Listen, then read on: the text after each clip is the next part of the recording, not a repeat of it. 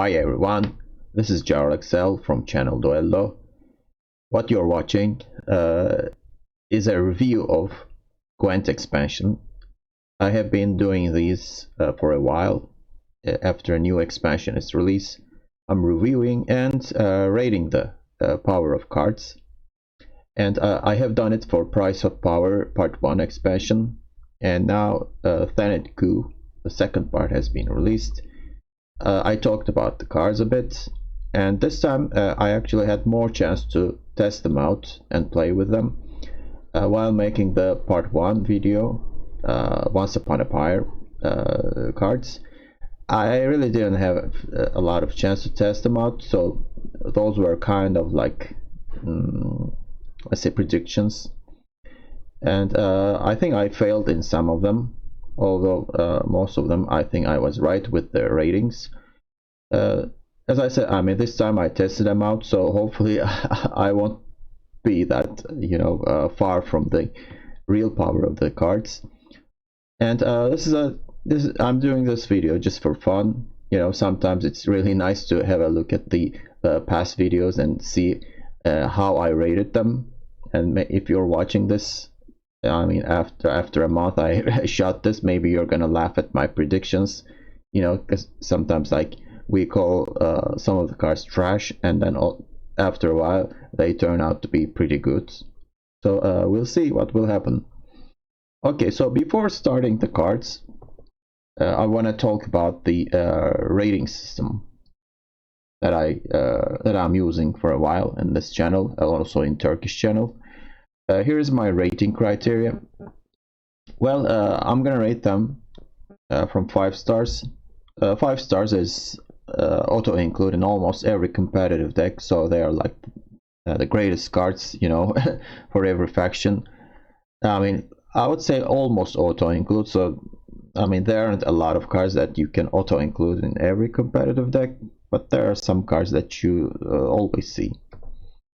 4 stars are staple cards in a tier 1 or tier 2 deck. They are not auto include, but they're really powerful, and we see them in really the best decks in the game. 3-star cards finds place in lower tier decks. They are good cards, but has better alternatives, so we don't see them in competitive decks a lot. 2-star cards are like special cards. They can find place in non-competitive decks. They are actually powerful when certain conditions are met, so they usually are played in meme decks. I mean, when you play them, I mean, you can feel their power, but they're not strong or serious enough to be included in even tier 3 or tier 4 decks, so they're like special cases. And 1-star cards are garbage cards. They are really bad. They need buff, and nobody's using them. They're really weak. Although in new cards we don't see those kinds of cards, especially, like, say, for the last 2 or 3 sets. Most of the cards are really great. I mean, I think I rated some of them 2 stars or something like that, but I didn't rate a 1-star card. I actually did. Maxi, one of the best non-devotion cards in the game, I think I rated her 1 star, although she got buffed. I mean, she used to be a 5/5 card, and I think I kinda undervalued her, even, I mean, before the buff. So I think she's a pretty good choice right now. I just wanted to give you an example. Okay, so let's get started. There aren't many cards in Thanedd Coup. Why? Because CD Projekt Red decided to divide the sets into 3 parts. That's why we're getting portions of the expansion. And now it's the second portion. Let's start with the neutral cards. There are only 2 neutral cards in this set. One of them is Bearification. This is a spell, and that can transform an artifact into an Elder Bear. An Elder Bear is a 6 strength card. That card got a major buff in the last update. The power has been increased from 4 to 6. So it is kind of a destroy an artifact card, but you destroy it, but it turns into an Elder Bear. So that artifact better be a scenario. I mean, even if you're doing that to a scenario, it's not really that great. It won't feel great. But if you do it on your side of the battlefield, suppose you're transforming your own artifact into a bear, it gets an additional boost by 4. So it all of a sudden becomes a 10 point card. This is really powerful. However, there aren't many cards that benefit or use artifacts.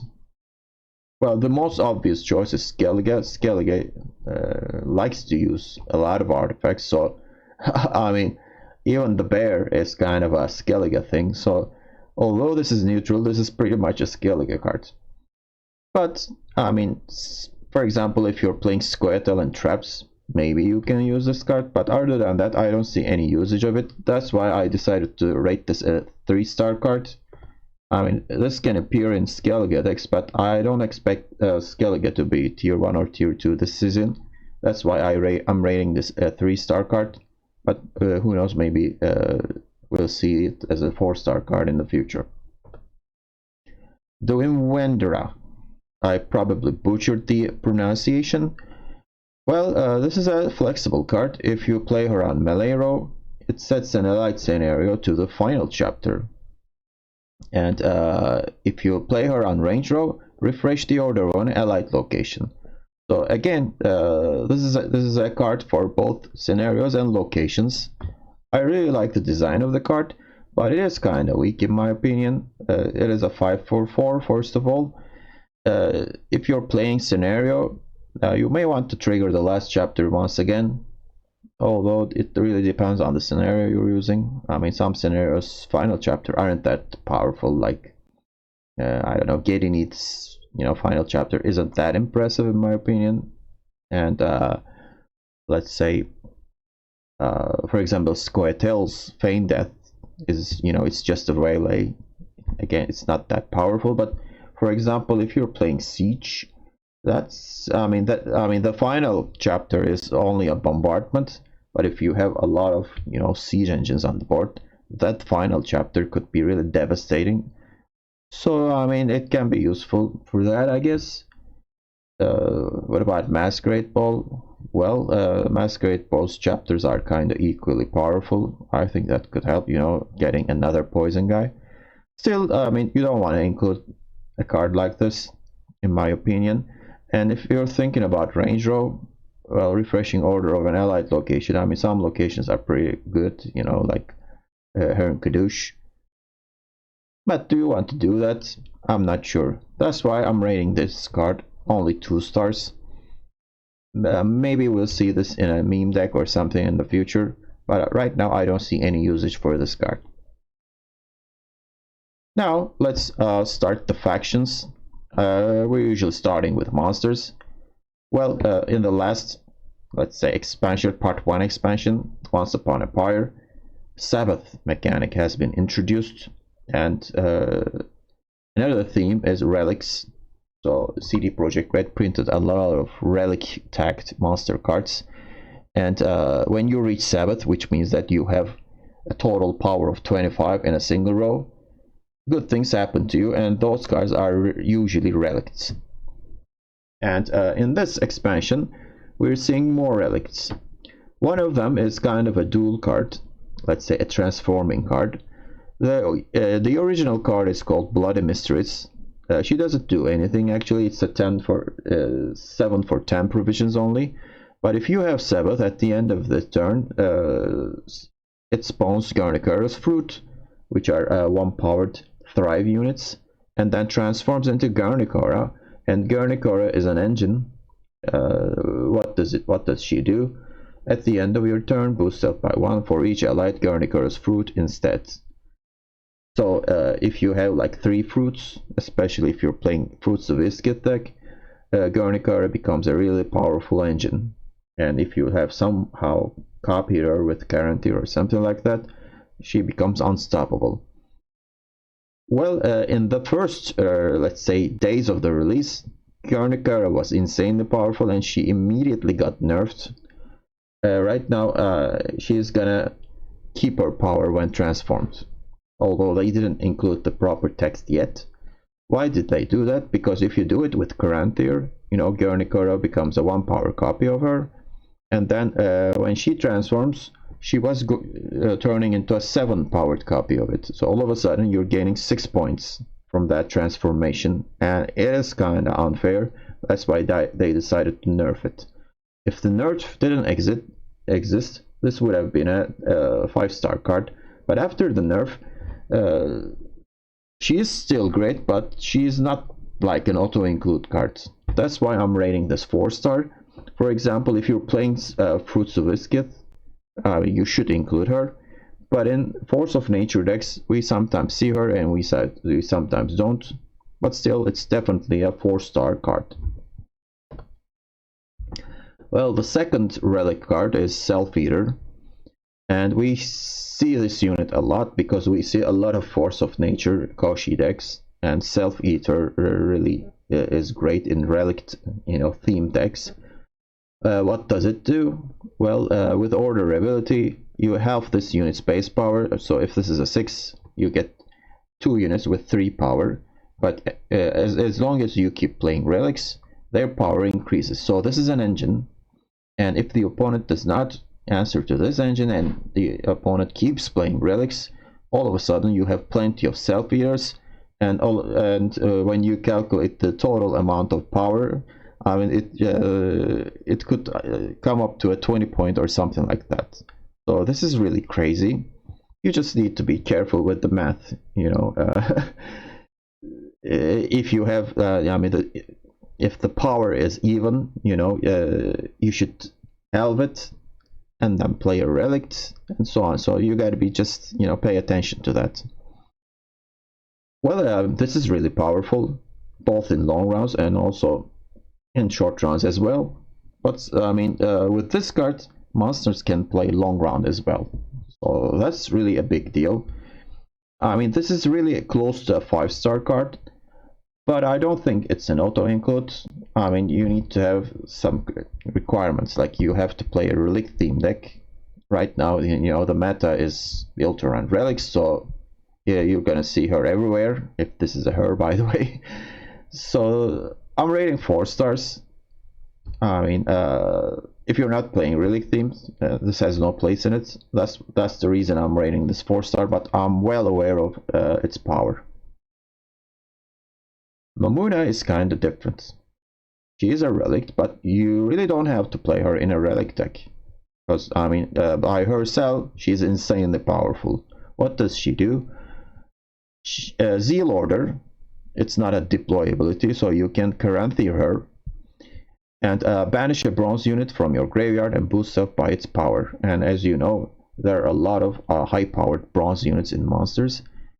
Okay, she consumes it. Suppose you're consuming a Griffin, and then summon a copy of it from your deck to this row. So if you're careful with your mulligans, and if you have a copy of that bronze card in your deck, still remaining in your deck, you can summon it. And if you have Sabbath, you can play it.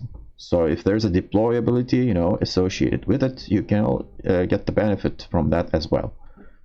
And all of a sudden, you can, with just one card, you play a bunch of points. And she is right now much better than Ozrel. Ozrel was like an auto-include card in monsters, and right now this card is just better. That's why I'm rating this card 5 stars. This could probably be the best card of Thanedd Coup in my opinion, and she needs a nerf. And when you're watching this, maybe she got nerfed already, but I don't know how the nerf will take place, but she definitely deserves a nerf. There's an argument, you can increase the provisions, but this is an epic card, so I haven't seen any epic card. Like Portal is epic, right? But maybe we could see a provision buff, or maybe they could turn this into a deploy, because Zeal Order is kinda better than deployability. With deploy, you cannot guarantee her. Maybe that could change. We'll see. But right now, she's great. Amazing, actually. Well, the bronze card of monsters, let's say common bronze card, Bleeding Effigy. This is not a relic card. It's an organic spell.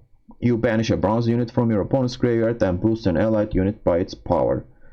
So this is like a ghoul in spell. Instead of playing a unit, you play a spell. if you control Bloody Mistress or Gurnik Aura, you may target gold units. So you can consume gold units if the Gurnik Aura or Bloody Mistress is on the board, but that's really a rare situation. But this could be used as a tech card, and you can get rid of annoying units of opponent, especially on mirrors. This could be helpful. But right now we don't see a lot of usage from this card in the decks. People kind of prefer using Xavier Lemons instead. Why? Because this is a spell. You're not playing a unit and it doesn't trigger a Thrive curve. That's why I'm rating it 3 stars. It's a good card, but it's not good enough to be in a competitive deck right now. I mean, even if you include it, it's just a tech card. Next faction is Nilfgaard. In this expansion, the Nilfgaard has spy theme going on, and its legendary card is called Arthur Terranova. He's a mage, and he's really good. First of all, he has Assimilate, but deployability is really interesting here. Spawn and play a copy of any non-disloyal unit you gave spying to during this game, excluding self. So you gotta build the foundation before playing Terranova. You know, you gotta play some spy giving units like the new Thanedd Turncoat and the old that Mage Infiltrator card, or what was it called? No, Torture card. Anyway, I mean, they give spying. And third card, I mean, I'm gonna talk about those cards soon. So they give spying. So if you're playing those cards, you know, Terranova will provide you with a lot of options. And if you play spying on the first turn, you know, you can still benefit when you're playing Terranova on third turn. So it doesn't have to be on the same turn, which is really OP in my opinion. But you gotta, you know, I'm not sure if it's an auto-include card, but right now we're kind of seeing him in most of the Nilfgaard decks. So it is kind of a between 4 and 5 star card. I mean, yeah, you gotta meet certain conditions. You cannot put him in, for example, maybe mill decks or Colgrim decks. But let's say more standard Nilfgaard decks have been, you know, using it. Just, you know, it has Assimilate, by the way. So especially if you're gonna use third card as well. I mean, this is gonna be an auto include in those decks. So I'm rating this 5 stars, but it is kind of a 4.5 star. Okay, the cards that I'm talking about. Fur card. Well, Fur card has a cool deployability. Play a special card from your hand and then draw a card. So in order to play this card, you need to have a special card in your hand. And Nilfgaard has some really cool special cards, like Dead Man's Tongue, Yennefer's Invocation, and Coup de Grace. And those 3 cards are like auto-include cards right now. So whenever you play special card, he also gives spying to a random non-spying enemy unit. So randomness is not cool. I mean, for example, if the opponent has Veil units, I mean, this won't work. And but if they don't, you know, you give spying to a random unit, so that unit could be a gold unit, and then you can play that unit with Terranova. So that is kind of powerful. But I mean, if you're not really giving spying anyway, I mean, this is a thinning card. You play a card from your hand and then you draw another card, and he's really great with actually Dead Man's Tongue, because the power is only 3. You play Dead Man's Tongue for like 9, 10, something like that, and all of a sudden you get a 13-point card on the board. And I think he's really powerful. Is it a 4-star or 5-star card? Again, this is the similar situation. It's like a 4.5-star card in my opinion, but this time I'm rating this 4-star because I've played with this card, and even if you have like 4 special cards in your deck, it sometimes gets awkward. You cannot play him, and there's a risk of her card becoming a brick in your hand. That's why I kind of lowered it to 4 stars. I mean, you gotta have some specials, maybe more than 4 or something like that. But if you're playing like a really heavy assimilate thing, Fur card is better because there are more special cards in those archetypes. Let's move to the bronzes. Master of Puppets order sees a bronze enemy unit and moves up to the opposite row, cooldown 2. So this is like a switcheroo or something like that. Cooldown 2 is kind of important. I mean, you steal your opponent's bronze cards, and that could be a Hamadryad with 10 power, which is kind of insane. But I mean, the opponent can do the same to you, so you gotta really time it well. So this could be like a, last card you play in that round. But you cannot do that because it's not a deployability, it's just an order ability. That's why I don't like this card much. And I'm rating this 2 stars. It's one of the worst cards in the expansion, in my opinion. I mean, who knows? Maybe we'll see him in the near future. Thanedd Coup is a great spy giving card. Well, the deployability gives an enemy unit spying, and then with order ability you can keep damaging that unit. But there is cooldown too. But if you keep, playing spying units, the cooldown will reduce. So this could be a 1 damage per turn engine, but it's usually like 1 damage per 2 turns kind of thing. But still, giving enemy spying is valuable, but you got to be careful because this is a low tempo card. I'm rating this 4-star because we see this card in a lot of Nilfgaard decks, but it is kind of close to a 3-star in terms of power. But a lot of people are using her, that's why I'm rating this 4-star. Let's move to Northern Realms NR. Well, Northern Realms Patience ability has been introduced with this faction, and its legendary is kinda underwhelming. To see a debris, deploy at the end of this turn, reset the order of all allied mages that use their order during this turn. Well, this is kind of a like win more card. If you're timed everything right and all of the patience mages use their order on the same turn, and then you play the deploy of Tessia. I mean, all of those, let's say, Aretusa students and Banart students, they had maybe like 4 or 5 patients, and even Gerhard. I mean, you can create insanely powerful combo or interaction, but it requires a tremendous setup. I mean, you should be playing against a solitaire deck, that doesn't interact with your side of the board, and it won't happen. I mean, your engines will get answered, your patient engines, so your 12th provision card will go to waste. That's why it's better to use just Viraxis. You can just reset one of the mages with patience. It's actually enough to win the game. So I don't think this is a good card at all.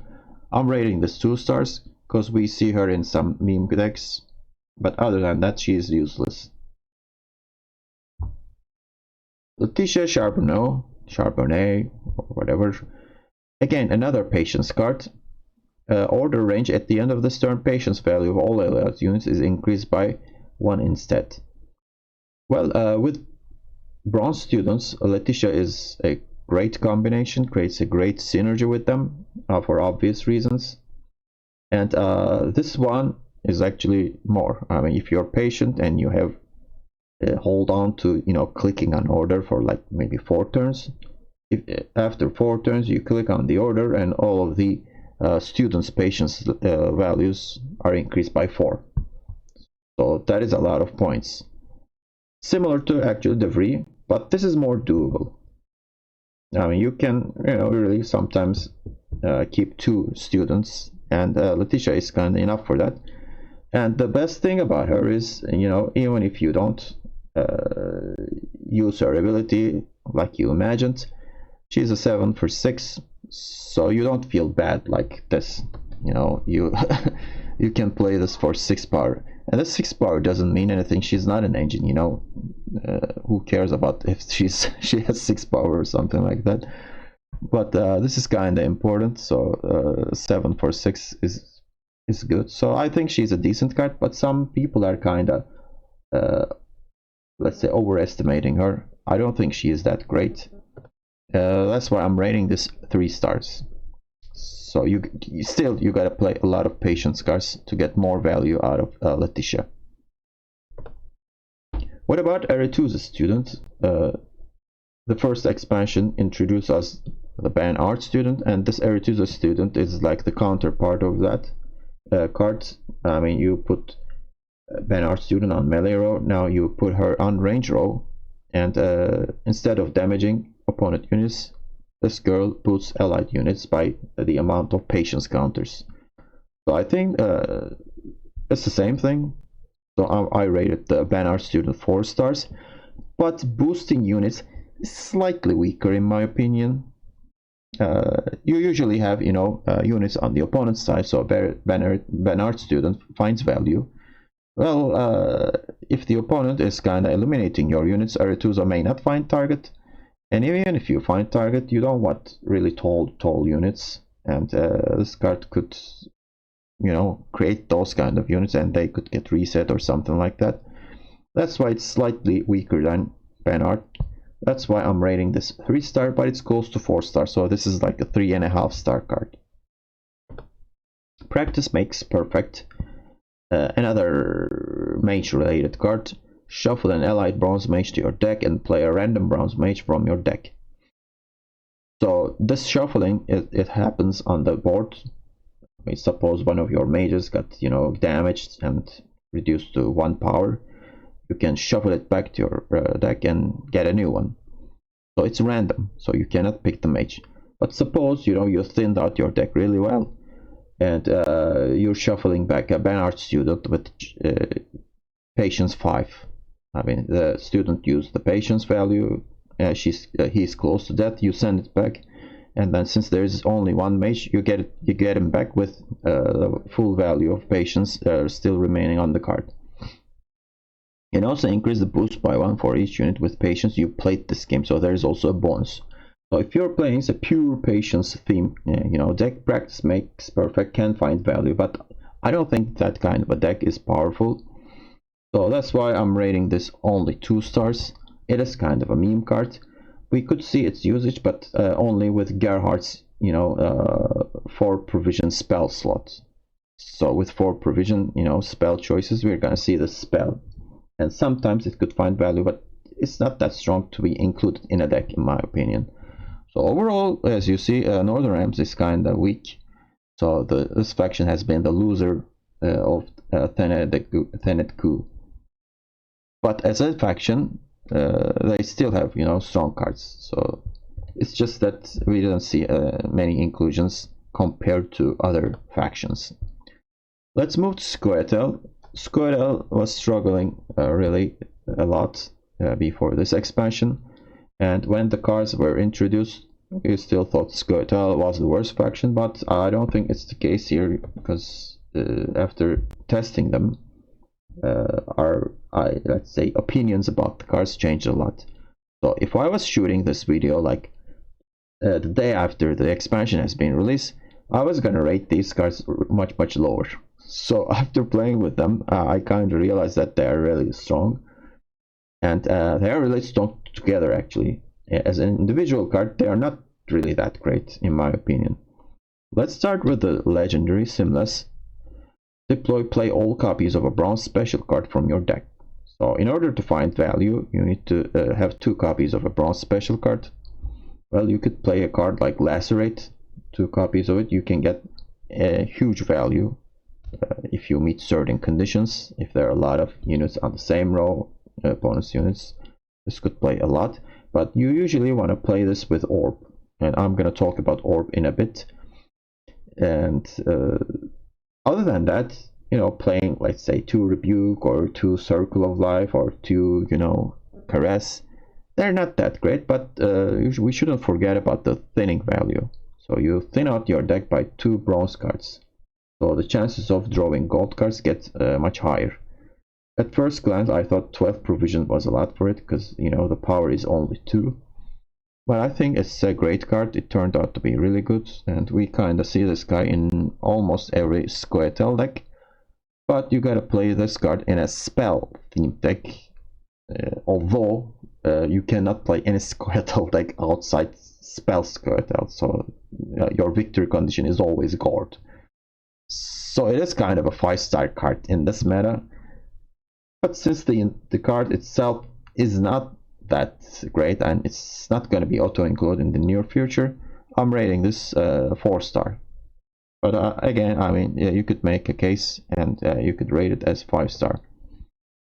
The epic card of Squirtle is so immediate. It's a spell, boost an allied unit by 6 at the end of your turn. If this card is in your graveyard, transform yourself into so immediate unity. And that card is a 3 power card.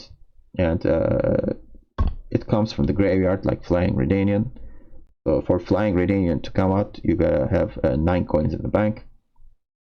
For this card to come out, you gotta play 3 spells. It has 3 counter. After you place 3 spells, this comes out from your deck. So it works like Flying Redanian, but it doesn't thin like Flying Redanian. You know, you gotta play this card from your hand first, and that play isn't that great. You know, for 9 provision, you only boost an allied unit by 6. I mean, you can do that with Swallow, which is a 4 provision card. I don't think this card is great. It's good, but I think it needs a buff. Maybe 8 provision, could be more, could be better. That's my suggestion. So that's why I'm rating this card 3 stars. Common card of the set, Squirtle faction, Elven Seer. When you target this unit with a bronze special card, spawn and play a copy of that special. Again, this is not easy to do, but if the opponent did not touch this card and you have like a spell like Swallow, Pact, Nature's Caress, Tempering, you know, you play on Elven Seer and you can play another copy of it. But the thing is, if there is only one Elven Seer, you know, you have to play the same copy on the same unit, and all of a sudden you have a really tall unit, and that's not really a good thing. So you kind of have to like another unit so that, you know, you can divide the 2 spells into 2 units. Still, I think it's a pretty good card, especially with Orb of Insight. She becomes really powerful. So I'm rating this 4-star card. But in a non-spell the deck, this card is, you know, pretty bad. But she is an elf, you know, you can play it with Feign Death and so on. I think this is a 4-star. The final Squirtle card is Orb of Insight, the card that I was talking about. Again, this card is really bad individually, but you kinda, you know, play these cards for later. Why? It comes back from the graveyard. Well, the first usage is boost an allied unit by 2 and give it Vitality 2. I mean, Vitality isn't like a guaranteed point, you know, that can get answered by Bleed or something like that. But the thing is, there's a 3 counter similar to that epic card. When you have played 3 spells, this comes out. And if you play Orb of Insight and Elven Seer, you're gonna get an additional copy. So they kinda chain them together. I mean, if one of them is triggered, the other one will play after that. Again, you have the chance of playing this with Simlas. So Simlas into 2 Orb of Insight is really a great, let's say, interaction or play. That's why, I mean, without Orb of Insight, Simlas isn't that great. And without Simlas, Orb of Insight isn't that great. So they kind of go well together. And also Elven Seer, let's say, those 3 amigos or something like that, they really go well together. This is really a powerful interaction. Even though I don't like the card individually, the card really fits well into a certain deck, and that deck is at least a tier 2 deck in my opinion, so that's why I'm rating this 4-star, just like the Elven Seer. So Squirtle has been a surprise so far, because, you know, at first we thought it was weak, but it isn't. And if you look back at my, you know, part 1 video, Once Upon a Pyre, I rated some cards really low, like the Whisper card, Dolblath and a Whisper. Right now that card is a 4-star card, and I rated that a 2-star when it was released, because it wasn't really that great. But with these cards added to the mix, she is much more powerful. And also Sorceress of Dolblath was already good, but she's now even better. So maybe, who knows, with part 3 they will get like they will be upgraded to a 5-star status. We'll see. The next faction, Skellig. Well, Skellig's legendary unit is really impressive. Melusine. She has Veil, and let's not read order first. At the end of your turn, damage adjacent units by 1 and then gain 1 base power for every unit damaged. So she kind of leeches on them. And pay attention to the base power. So she's not boosting herself. The base power increase, so it's a white number. It's not a red, green number. And if any unit damage was a cultist, refresh order. The order ability is spawn rain on the enemy row for 2 turns and damage self by 2. So you still get value. You know, you damage self by 2, but you know you play rain on the enemy row for 2 turns, and that makes 4 points. So the order ability brings you a net of 2 additional points. But the important thing is Melusina gets bigger and bigger. But in the same round, you know, she's damaged, so you kind of have to heal her or something like that to put her back to its original, let's say not original, but revised base power. And that number could be 19 or 17, something like that. But the best thing is you can replay her with Sigrifat's Right, because this is not a deployability. So when you summon her from your graveyard, the next turn you can use the order value. So that's why this card is really powerful, and she goes to your graveyard with 15, 17, 19 power, and in a short round, you know, you replay her with Sigrifat's Right, and all of a sudden with single card you play like a 17, 19 power point slam.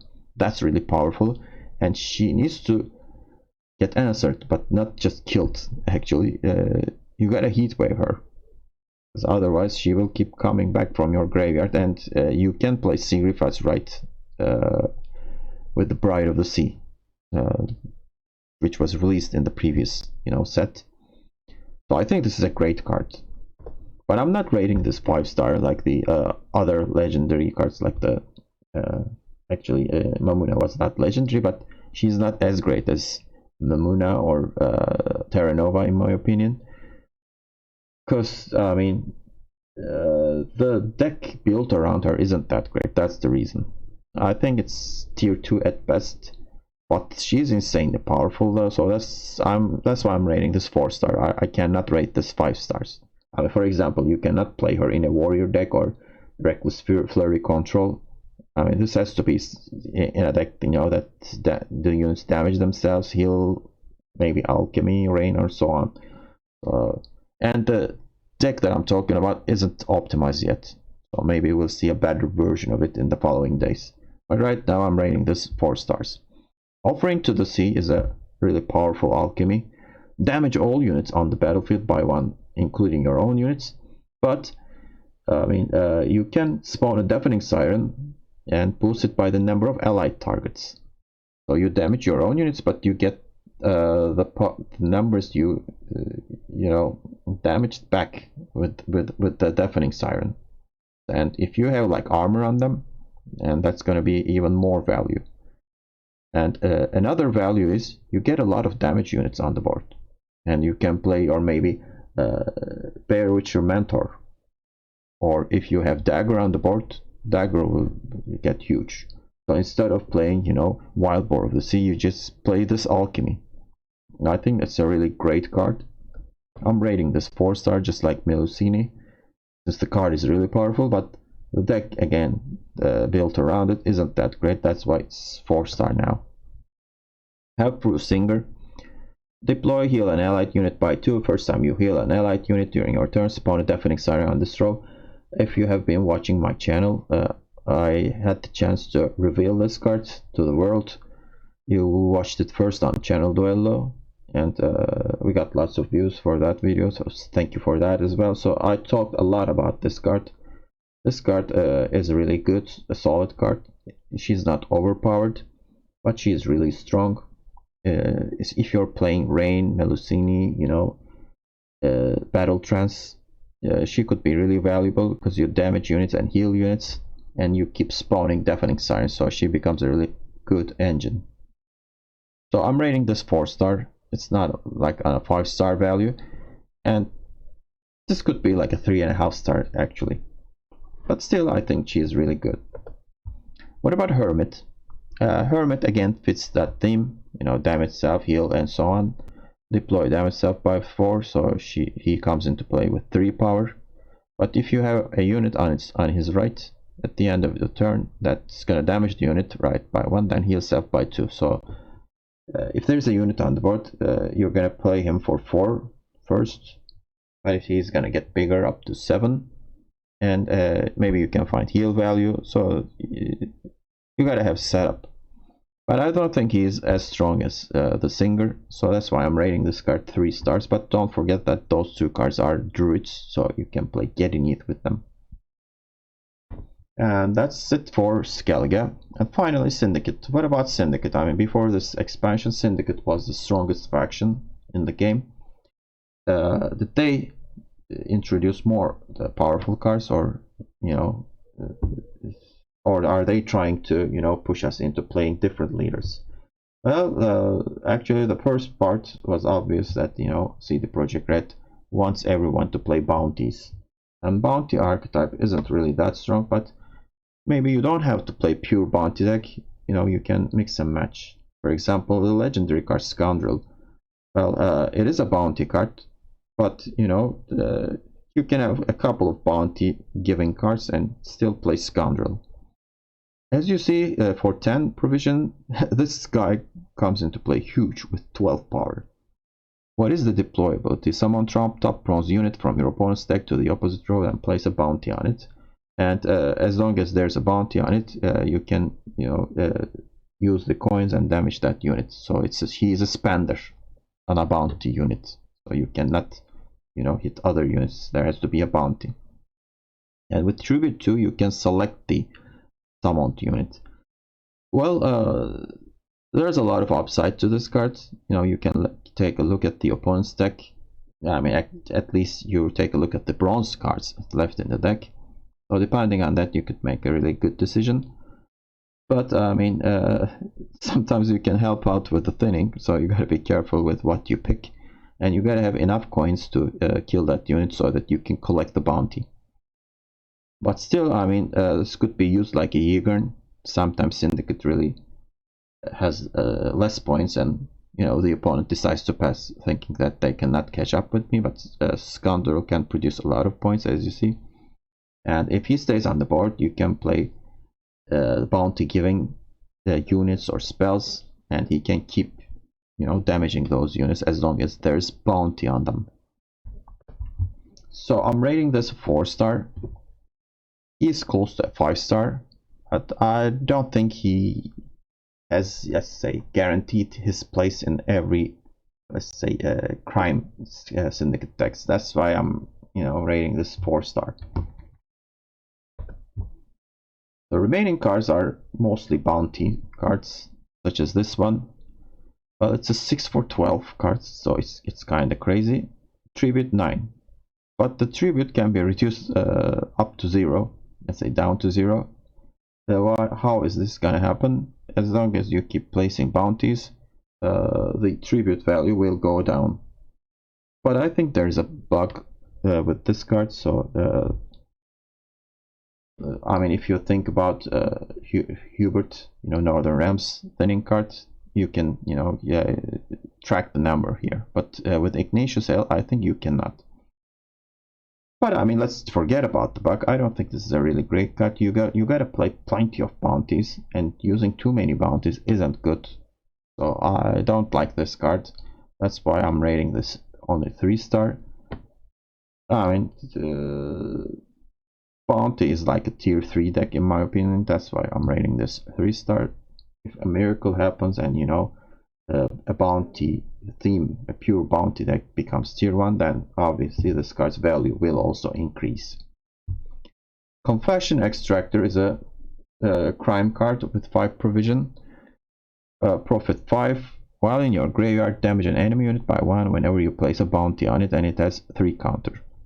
So after playing this card, you give bounty with Slander or Witchfinder, and there are also other bounty cards. So as long as you play bounties, and you get an additional point thanks to this card being in your graveyard. So it's not just for 5 coins for 5 provision. There's more value, and I think this is a pretty good card. And we see this card being played in Syndicate decks, especially line pocket decks. I'm rating this 4-star, but I think it's like a close to a 3-star card, so it is kind of like a 3.5 in my opinion. And final, Scapegoat. It's a 4 for 7, but obviously there's a downside to it. If there's no bounty on the battlefield, damage itself by 3, so there has to be a unit with bounty on it. Whenever an enemy unit with bounty is damaged, heals self by 1, so there's this additional, let's say, bonus to it. I think this is a really weak card. I've only seen it being played once with Portal, and I don't think you need to do that. Syndicate is already strong. You don't need to go and let's say experiment on it. And Scapegoat is kind of a meme card, so that's why I'm rating this 2-star, but it's close to a 1-star value, probably one of the worst cards in this set. And that's it for me. Thank you for watching. I hope I didn't bore you too much. I'm just doing these rating videos for fun, and if you're watching this like 2 or 3 months later, I hope you still liked it, because don't forget that maybe some of the cards are already patched or got nerfed or buffed, so some of the things I'm saying could be irrelevant, and that's the risk of shooting these type of contents. But I really like it, and I hope you agree with me. If you liked it, don't forget to hit the like button, and if you haven't subscribed to my channel, I'd really appreciate if you do that. Thank you for watching, and hope to see you on another Duello video.